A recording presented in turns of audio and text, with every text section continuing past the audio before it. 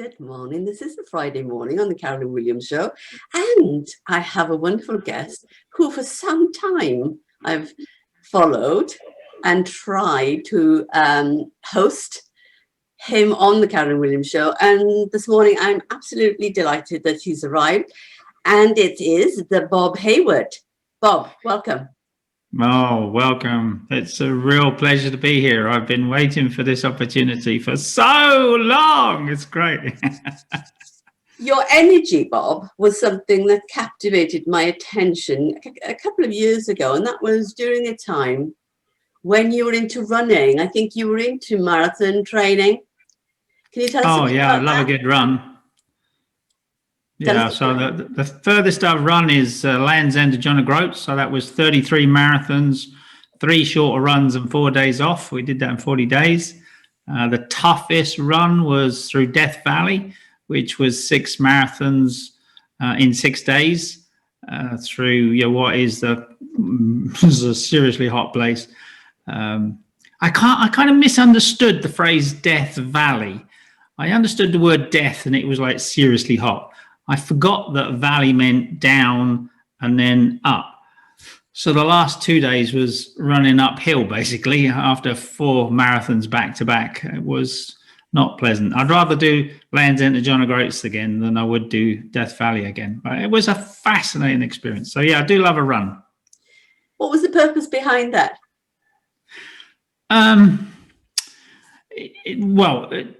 It started at 2 levels. I was trying to coach somebody in goal setting. So I had a client who was the procurement director for a huge international insurance company, and we were talking about goal setting.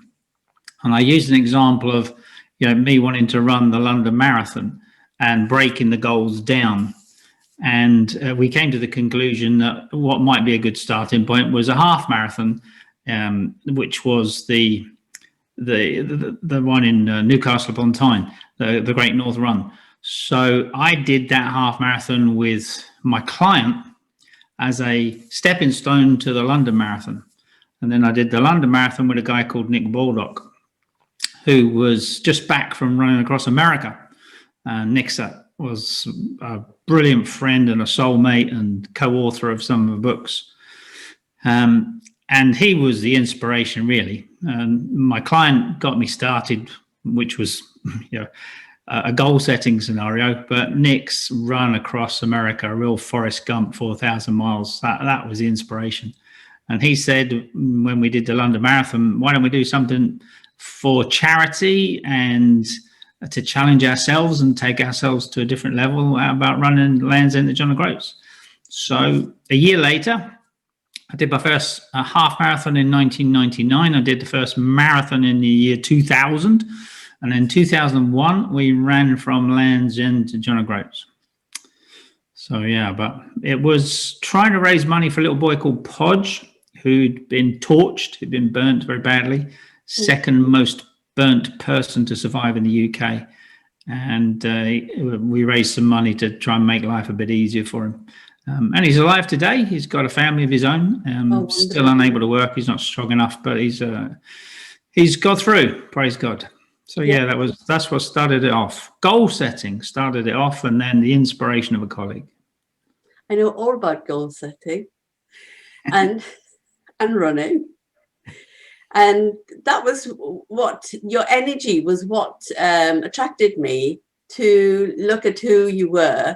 And that was on LinkedIn, and that was also on Facebook, not Instagram. So talking about the digital era, and you're obviously in it, as an entrepreneur, which would you say you would be as a digital entrepreneur? Would you be a starter, a spotlight, or a signature?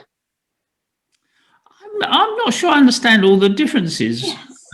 It's meant to puzzle you. And okay. Well, if I'm answering blind, then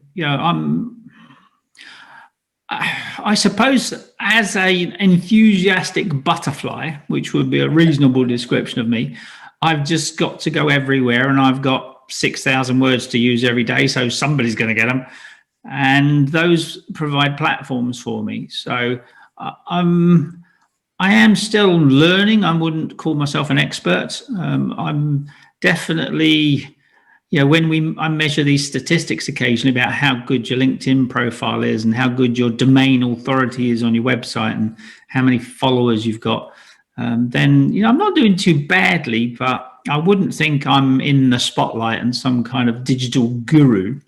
That not at all, but I'm definitely a learner. I'm impressed by your analogy there, the butterfly. I love that idea of sort of pollinating everything, which is what I do. So there are similarities there. But it's rather refreshing to have somebody from LinkedIn on Instagram, as it were, and Instagram on Twitter and therefore Facebook. So I was really pleased that you were easy to find. And from a client point of view, that's essential. So leadership coaching is very much one of your strengths. So would you tell us who you would aspire to be as a leader? Do you have anybody? Do you have kind of like examples of leaders that you aspire to be or follow? Yes, I do. I suppose some of my greatest mentors would be through books and audio programs. So like Zig Ziglar is up there with the best of them, I think, and people like Dale Carnegie. As a person, Dale, I think, had quite a fascinating life history, as did Zig. Sadly, both passed away now. I had the honor to work with the Dale Carnegie organization for a few years. And I've had the pleasure of meeting Tom Ziglar, Zig Ziglar's son, and hosting him on our Thoughts on Thursday webinar. So that's been a fascinating journey. I also met one of his mentors, a guy called Bob Tiede, and he works in a Christian youth organization. It's just an amazing, amazing guy. And I've taken him with me to some of my clients to run keynote sessions because he just makes the complexity of leadership and human relationship skills so accessible and so simple, and has some very powerful insights. So he's a great guy as well. And then there's local business people like Ricky Hunt, who led Burma Castrol Fuels until that was sold. He's done some amazing things in creating a huge organization. So he replaced Burma Fuels with another fuel company. He's been through some tough times himself as well. So someone who's made an awful lot of money and lost an awful lot of money and has made it again. I think there's some real lessons to be learned from people like that. And none of them are perfect.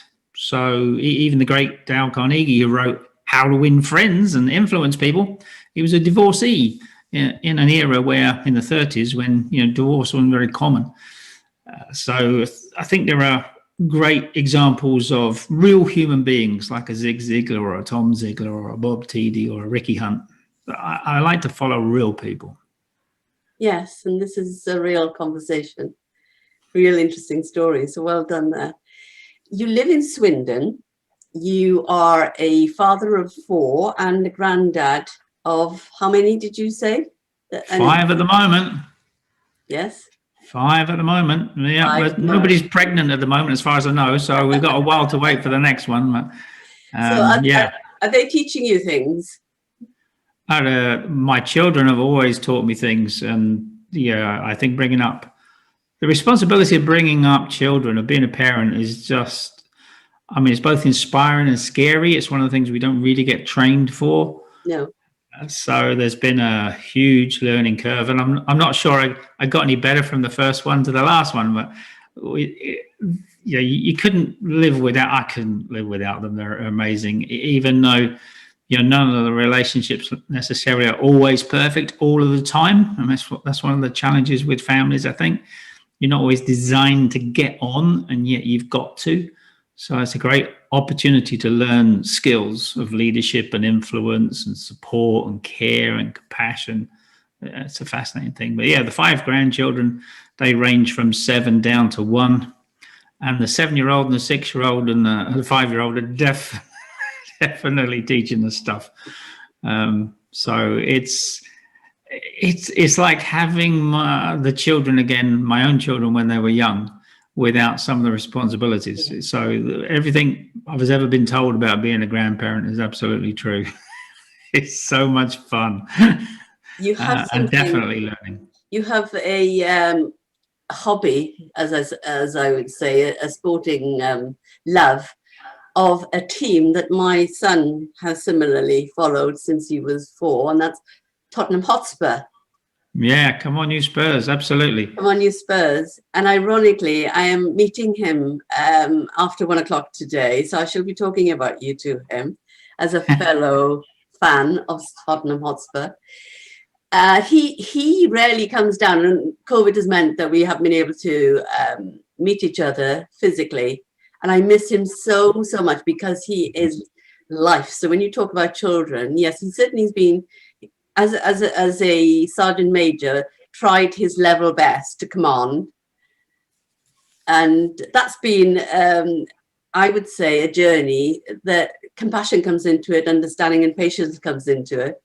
But his love of sport is what keeps us alive. And I love the fact that you said you followed Tottenham, because there are not many people in Swansea, because obviously the majority of Swansea people are Swans followers, that would say, Tottenham who? Yeah,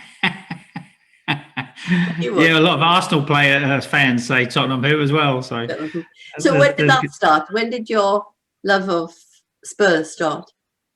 Well, I'm old enough to remember the days when the place you were born had a football team. Yes. And I was born in Tottenham.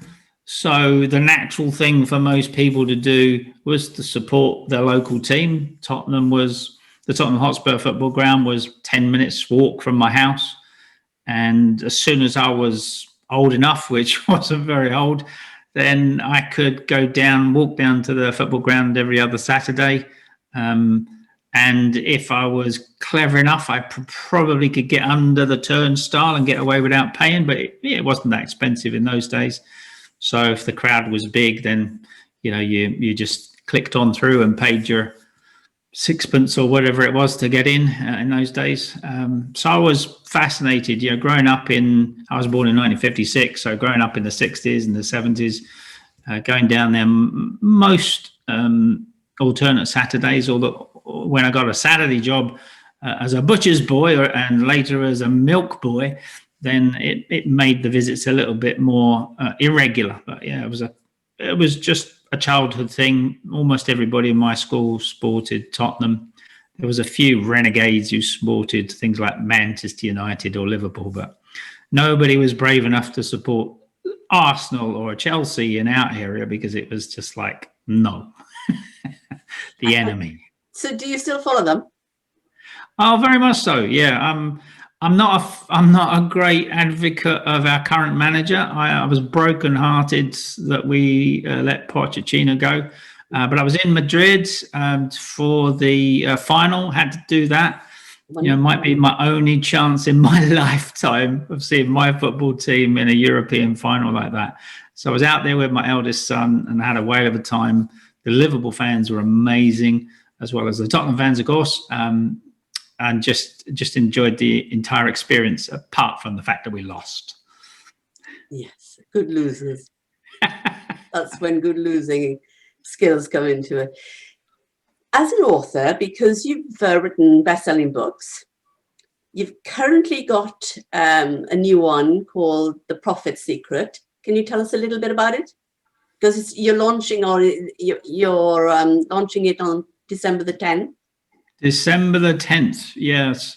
So Nick Baldock and I wrote some material together, and Nick sadly died in 2014. So trying to get the books out that we had worked on together has been a real cathartic experience. I couldn't face it for a few years. So it took me nearly 4 years to get Persuade out, which was the previous success. And that's done incredibly well. I'm very, very proud of that for Nick and myself. The Profit Secret, similarly, was a project of love and a sense of duty that I had to get it out there. But Nick's voice is on every page. I know when readers read it, they won't look at the words in the same way I was looking at them, because that that was my soulmate and my business partner, the best salesman I ever worked with, the best sales trainer I ever worked with. And we, the Profit Seeker and Persuade, we really shared the workload. So we literally counted, I've written 50% of the words and so have you. So but it's been a real pleasure, real cathartic experience. I feel rejuvenated having finished it. I'm very excited about it. It's a very comprehensive book for business owners and for salespeople. It really puts out there the fact that profit is a missing element in an awful lot of sales models and sales approaches, and an awful lot of proposals and quotes that people put forward. People completely forget about profit. We're fixated on making the sale. And if there isn't sufficient profit in that, then that's damaging to the company. And we've kind of forgotten that, I think. Do you feel that that's part of how we look at money and the shame element of wanting money and wanting more? Or what's the reason behind that? Not focusing on the profit element, I mean. Some of it's to do with, we have very agile consumers and buyers these days. They do an awful lot more research. People are a lot more savvy. So 60 to 70% of the decision has already been made before often they're talking to salespeople, and the consumer or the other businesses, if it's a B2B that you're in, we've learned to ask the question, what's your best price? So people will drive the conversation to price. We're far more conscious of that than I think maybe we've ever been. The salesperson, I think, in the last couple of decades have felt the pressure of that. The businesses have felt the pressure of that. There's a lot of competition. So there's almost a vicious cycle going on that if we encourage a conversation about price from the very beginning, pop onto an awful lot of websites and it says special offer, 3 for the price of 2, ask me for a quote, then you're straight into a conversation of price. So why is it surprising that the consumer or the business buyer is trying to drive that price down and do the best they can for their organization? Because costs are constrained, their own profit margins are under pressure. So every pound spent is a problem. Every pound you can shave off of a purchase or an acquisition, that can hit the bottom line just as much as anything else. So I think it's a natural consequence, and salespeople haven't necessarily thought about it. Business people have not necessarily thought about it, that if you really put relevant need for the consumer and balance that with the value that you're going to add to them, then behind that value has got to be a fair and reasonable profit for you. And if you can't factor a fair and reasonable profit in for you, you haven't worked hard enough on establishing the need or the value. And if you put those kind of 3 things together, the need and the value and the profit, then now you have something that you can work on. And if you really work on those 3 things, the sale value goes up. Your closing rate will go up. So you sell more at a higher margin rather than less at a lower margin. Yeah. We're obviously in lockdown. We've just come out of lockdown, our second one in Wales. I know England's still in lockdown. How has COVID affected business in your Swindon and your experience of, who you deal with, your clients? I've got to say it's mixed. So when COVID first hit, a number of client projects just went poof and disappeared out of my diary. So the first week was kind of unsettling in that sense that, okay, what's going to happen now? So I started to think about, okay, there's lots of clients who are worried about their business and don't know what's going to happen to mine, so I need to do something. And that's when we started the Thoughts on Thursday webinar series. Initially, I only decided I would do 5, primarily to help people in that initial phase think about how to pivot their business and how to sustain their business. Yeah. And as we got to grips with that in the first week, then an influx of work came in, which I wasn't expecting. So it wasn't because of the webinars, it was kind of in parallel. So 3 clients in particular were going, no, we realize we can do what we were doing with you. We can work with you over Zoom and on Teams. We don't want to stop. In fact, we need more support, not less. So within a fortnight, really, I was getting very busy. So my clients, I've got a few clients in construction. I've got one client in automotive that sells secondhand Porsches. And across the different industries, we were finding ways of making sure that they were busy themselves. So all the clients I'm currently working with are busy, and I'm incredibly busy. Now, I have a second business, which is called Key Performance Training. That's an industrial training business, and that teaches people to drive forklift trucks and the like. We started Key Performance Training to be a pathway to employment for people who not got work or want to, they're on minimum wage and they want a better job. So we work on the principle of ABC, any job, better job, career. So being a pathway to employment using forklift truck driving and lorry driver training as a mechanism to get people not working into work and to get people off of minimum wage and on something better. And that, strangely enough, in the COVID time has actually struggled. It's weird because there are jobs for people with those skill sets. It's a critical skill in this time because everything gets moved around by forklift trucks and lorries. Hello. But the organizations that would normally fund that, like the DWP and some of the other organizations that are meant to be channeling money from the government into training and development, helping people get in work, that's not happening in the normal way. It's not completely turned off, but in Swindon, it's for us, it's a lot less than it was.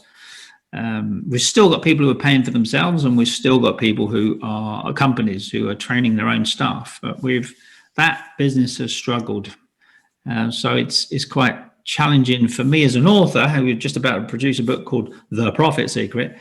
In that, Key Performance Training is struggling itself to make a profit. Yes. So it's a real passion and love of mine that I'm determined to get that to be as successful as the other 6 businesses I've started over my business career. But yeah, most of my clients are really busy. I've got one fascinating client at the moment called Skies, which is trying to build a balcony community. There is no one place for everybody who lives in apartments with balconies to kind of network together and share ideas on, safety and lifestyle and health and well-being. Again, it's an unusual space, a balcony, and we've got so many videos through that client recently of people who've really had an interesting experience through COVID because they've got a balcony, they've got an outside space. And there are millions of people living in the UK in apartments without that outside space. So I'm really honoured to be a non-exec at Skies, and we're really on a mission to promote balcony happiness. That sounds fascinating to me because I'm in a block of flats and I'm on the 3rd floor. I don't have a balcony, but I have legs. So, as you know, because of being a fitness professional, I've always walked, run, cycled, you name it. So I get about, and I'd always then say, well, I don't need a balcony, but COVID definitely brought that kind of intensity of focus. And I think for me, it was about singing, because you would see lots of these sort of people who either played an instrument or sang would sing outside on the balcony, and then everybody would sort of feel uplifted. So I just love that idea of well-being, because that's what I'm about. So yes, I think, listening to you there, that is something that should be promoted and shared. With the vaccines coming on board, do you see that as a change for businesses? They can start getting back into. Yeah, it is fascinating because in the role that I have, sometimes I have a lot of input into HR policies and practices. I'm often coaching at board level, and the business owner or the managing director or something often we're filtering ideas through and increasing employee engagement and alignment, all that good stuff. So, there's been big questions in my clients about, what do we do? Everybody's now working from home. So do we have to change our policies? And I've run some consultation exercises with some of my clients, with the staff, to ask them what they think. What do they need at home to make it work? What can't they do at home that they're desperate to come back to the office to do? And what do we do with the office after COVID? So the research has been quite fascinating. People are probably working longer hours at home. Our jury's out really in my clients as to whether people are more effective, productivity-wise, efficiency-wise at home. They're certainly producing great results. But I think that's partly down to the fact that they are working longer. There is definitely Zoomitis or team stress. We can wear ourselves out with this kind of technology. That's an issue. But the majority of staff are not that keen on coming back to the office full time. So in one client, they've moved to a policy of, up to 3 days a week might be standard to work from home, as long as the manager's happy that the work's being done and that you can come in for the team meetings, the team stuff that we struggle to do online, then it's fine. I've had no client yet say, we're not coming back to the office, we're getting rid of it. Most of them are pleased in a way. One client in particular was cramming 60 people into a building, and they were probably going to finish with about 80 staff at the end of this calendar year if COVID hadn't hit. And the 80 would not have fitted into the building. Now they can happily continue the recruitment, and they are continuing to recruit, because they'll probably never have 80 in the building at any one time, although they'll have 80 staff on the books. So I think we've seen a shift. So my Porsche client who sells secondhand Porsches, you can't visit and go and see the showroom. And they were quite concerned about sales just disappearing off a cliff, because a lot of car dealerships closed on the first COVID. But they stayed open and used a 360-degree camera system to enable you to, from home, sit inside the car and kind of feel and experience the car. Pivoting. And then made arrangements for you to be able to swap your car at the dealership with the Porsche or the Ferrari that you fancied, and take it home and have it for a week on trial. And are you really going to want to drive a couple of hours to drop back a really nice Porsche to take it back and get back your Audi or your BMW or your older Porsche? So their sales went up. They had an absolutely brilliant year, probably their best year ever, because they changed the way they did their sales. Reset it. And I think if you could sell cars over Zoom, and one of my clients, Zap Shelter in Scotland, sells, architecturally solid temporary buildings that you can put up really quickly and they'll stay up for 25 years. Check them out, zapshelter.com, great company. Yeah, that's like £25,000 worth of investment. They're still selling plenty of those over Zoom. And prior to that, everyone would have been demanding a site visit. I was like, what are you going to do with a site visit? You're just going to measure the space the shelter's going in. It's not that hard to do yourself, and we can do the rest of it on Zoom. So I think business has changed. Will everybody go back to offices? No. Will we all stay at home and never go back to the office? No. It's going to be a blend. Yes. I think we've all learned to do business differently. I feel for your airline industry, hotels, restaurants, retail. I mean, the game has changed for an awful lot of industries, completely, and that's that we're going to have to adjust to. And I don't think we've seen all those adjustments yet, but I think business has changed. Where you're concerned in terms of, you're obviously a focused man. You're a speaker, you're an author, you're a trainer, and you're a father and a granddad. Where would you say? And a Spurs fan. And a Spurs fan. And a Spurs fan. I forgot that one. And a Spurs fan. I'll be reminded shortly. Where would you say is your kind of happy place? Your real, if you put your hand on your heart, where is your happy place? Well, for me, my kind of, if you, Simon Sinek, what's your why? If you kind of really there's your why. Drill that out to me, then, to me, I wrote something years ago, which has lived with me ever since I wrote it, which was, I am a coach for other business people who are determined to create a breakthrough. So I've kind of taken that position of the coach or the mentor, provided it's about something important and serious. It's a business issue. It's not a life issue. I'm not a life coach. I want to act as a consultant and a mentor and a trainer and a coach. And it's very much a blended approach for me. I love the idea of being able to do similar things, coach people to an important business breakthrough through speaking and through writing.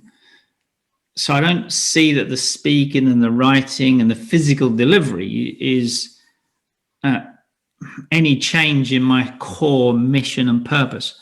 Wherever I go, whatever I do, I have to add value.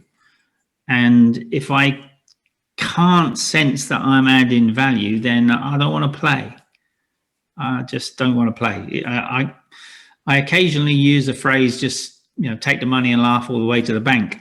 It's so hard for me to do that. If I genuinely cannot see the value I'm adding, that I'm making the other person think and getting them to come up with a better answer themselves, going through a journey of self-discovery, self-realization, and implementing what are their ideas. For me to be at that kind of fulcrum where that bing, that light goes on and people start to act and behave and think differently, that's my core. And I can do that when I write, and I know I do that when I speak. And I know I do that when I'm working alongside people. So I guess I make life a little bit more complicated for myself, because it's like, if I just was a speaker, like I was talking to Grant LeBoff, he came on our Thoughts on Thursday webinar a couple of weeks ago. Superb guy on marketing, and kind of pushed everything else aside and was just totally a speaker and was getting 70 plus gigs all over the world as a speaker. Now he's still talking, he's still speaking, but obviously on Zoom and Teams. So sometimes I think it would be nice if I just pushed everything else aside and was just a speaker and an author. It's tough. Yes. I love people. Yes, you like people too much. Yeah, I love people. I'm a butterfly. What am I going to do? Absolutely. You understood that one. I can focus when I have to. And there's like, no, let me go do something. Yes. I've got a great friend called Jen Walter, who is exactly the same as a butterfly. She loves people. So coming back to people, we've got a common friend that told me a lovely story about you two. And that was Ian Moncrief Macmillan. Oh, bless him. Having a lovely romantic meal somewhere in, was it BNI evening? Oh, no, it wasn't. Institute of Directors. Institute of Directors. Yes. Institute of Directors. And he did make me smile when he relayed that story of how you went there and had a lovely evening meal together. So romantic. Yeah, Ian's a great bloke. I met Ian through eCademy and Thomas Power. Oh, yeah. Thomas and Penny Power and other kind of business leaders that I just adore. Yes. And learned so much from. So, yes. And I'm so grateful for them being in my life. They changed my life. Academy and LinkedIn and online networking were big life changes for me. But Ian was part of that. Ian was part of that team of people that were, often chatting away to each other. Yes. Through eCademy and LinkedIn and later other platforms. But we would meet occasionally at London meetings. Thomas and Penny used to organise some group meetings in London, which I'd go down to. Yes. He's a great guy. Yes.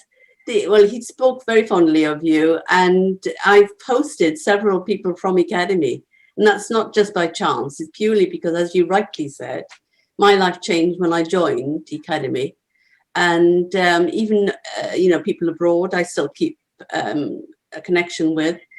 And I find that fascinating, because if you genuinely have a core desire for family, you retain a family relationship. I do believe that the Academy became that kind of family. So talking of you and bringing this to a close, Bob, I noticed that you have on your headlines in introducing yourselves on LinkedIn and through your social media platforms, I am a Christian. What is Christianity, and how has it shaped you, and how has it behaved in you? Yeah, good question. So no one's born with a faith. You can grow up in a family where faith is very much part of the culture. And my mum was very much a believer and dragged all the children to church until they were old enough to rebel. And I didn't step inside a church from my very early teen years up until 1984. In 1984, I'd started one of my first businesses was a window cleaning business. And I was building the window cleaning round when I was referred to the manse in a village called Wilmington in Kent, where a vicar had just arrived. He'd been a missionary out in the Middle East. And John and Molly Oldfield, I cleaned their windows, and they literally were building a new church building next to an old cast iron one. And as a cleaning business, I asked if I could clean the church when they finished building it. I did the builder's clean on the church. And then I said to John, having done the builder's clean on the church, do you mind if I come to the first service that you're going to hold? And he said, of course I don't mind. Tell you what, why don't you come to dinner afterwards as well? And that's where I got led to the Lord, in John and Molly's house after that first church service. And you talk about Academy being a life changer, becoming a Christian for me was a life changer. So I became part of a fairly modern, evangelical, happy clappy Christian fellowship group.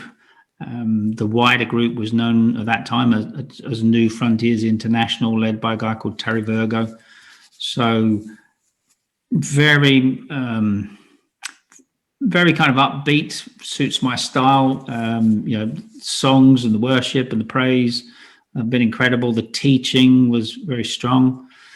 And that stays with me today. So although I'm living in a different place because we moved to Swindon and go to a different church, and we now attend a far more Anglican style church called the Pattern Church in Swindon, which was established from Holy Trinity Brompton. Over that period, I got very involved in what's called the Alpha Course, which is an educational program teaching people about the Christian faith. And obviously, if you're imparting the knowledge and the values and the beliefs and the behavior patterns, you've got to live those things out yourself. So I'm a big fan of, I'd say reading the Bible, but with Audible, I listen to something every day. So I tend to go through the Bible in a year, each year through Audible, keeping myself fresh with David Suchet as the reader. And there are various studies and various other things I do. It's a big fellowship thing for me. So one of the churches I've been at, we had what's called the Divine Diners Club.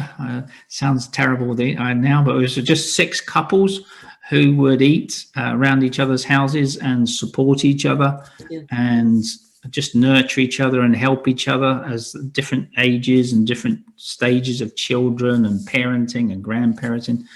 And we traveled around France together and holidayed together. It was just a fantastic time. Drank quite a lot of wine as well, I must admit. When we moved to house 3 years ago, I had to throw quite a few bottles of wine away that we'd acquired on our trips to France.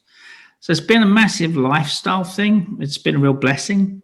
Through that, I also had some personal experiences of being really in a tough place. So one period in my life, I'd literally run out of money, maxed out on every credit card. The bank wouldn't lend me any more money.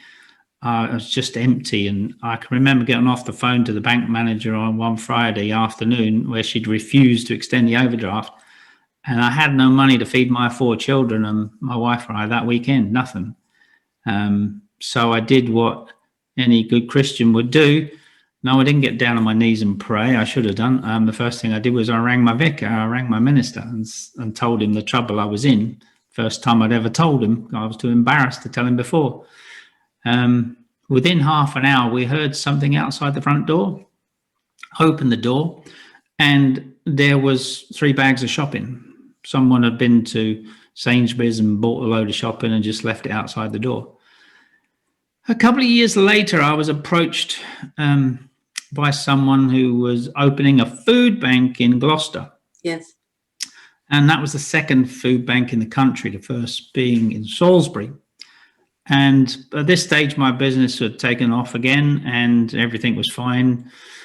And I thought, don't want anybody in my town ever to be in that position where through their own stupidity or through a problem with benefits because the government has done something stupid, whatever's happened, there's nobody in our town who should go hungry.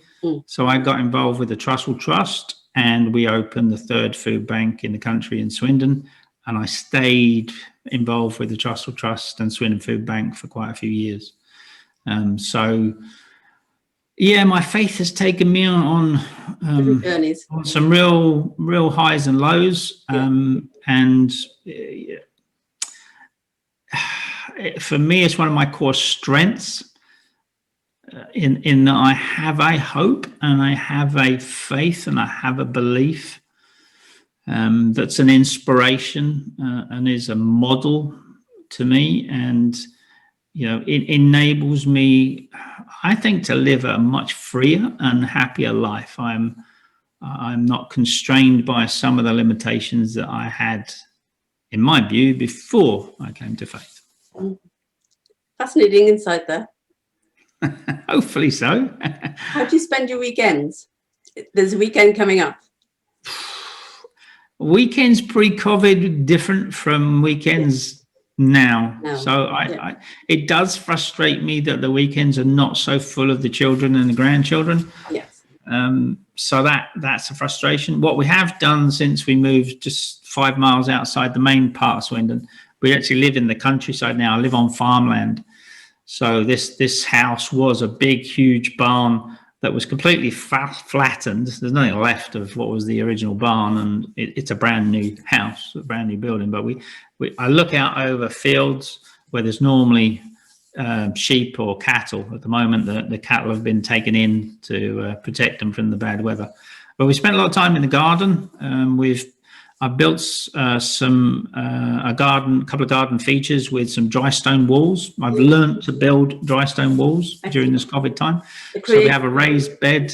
You're quite creative. The creativity in you is coming out. I'm not saying I'm any good at it, but I just love to have a go at something. I have to do something. I can't sit still for too long. So we've got one water feature with some oak barrels. We got one raised bed that surrounds a pear tree, an ornamental pear tree. I have another tree further into the garden, which is going to get a raised bed if the weather's not too bad this weekend. So the stones are all lined up, and we got the earth on order. So we spent a lot more time working in the garden. I see some pictures on Instagram. Yeah, there are some pictures on Instagram of what I've done, and there'll be more to come. We've got a new greenhouse coming in a couple of weeks. We were meant to go to New England this year. We had loads of things organised, concerts and trips abroad, and the big holiday was going to be in New England for the fall to see the wonderful colours of the fall. Yes. And my wife Julie said, as we can't go to New England, let's spend the money on a greenhouse. So we're actually going to get this greenhouse in a couple of weeks. It's going to be on one side of the garden. So yeah, we've become a bit of gardening fanatic, but we'll probably go for a walk, or we might, if the weather's good, we might go for a cycle ride. We tend to either walk or cycle at the moment. Running, I do some running still, so I might do 3 or 5K some days, maximum 3 times a week at the moment. But the weekend we might just go for a long walk along the River Thames, or if the weather's good, we'll probably potter around in the garden. I think it's vital that we get outdoors and have fresh air, even though the weather does play a big part in that. But I think it's insightful, and thank you so much for giving us what I hope for some people is a glimmer of a Bob they might not have known before, or certainly from a visual point of view as to where you're sitting at the moment, and the digital era part of everything. Thank you so much for spending time with me, and enjoy a fabulous weekend. Thank you very much. It's been a real pleasure. Lovely to chat with you again. See you again soon. Hope so. Bye-bye. Bye. Bye-bye.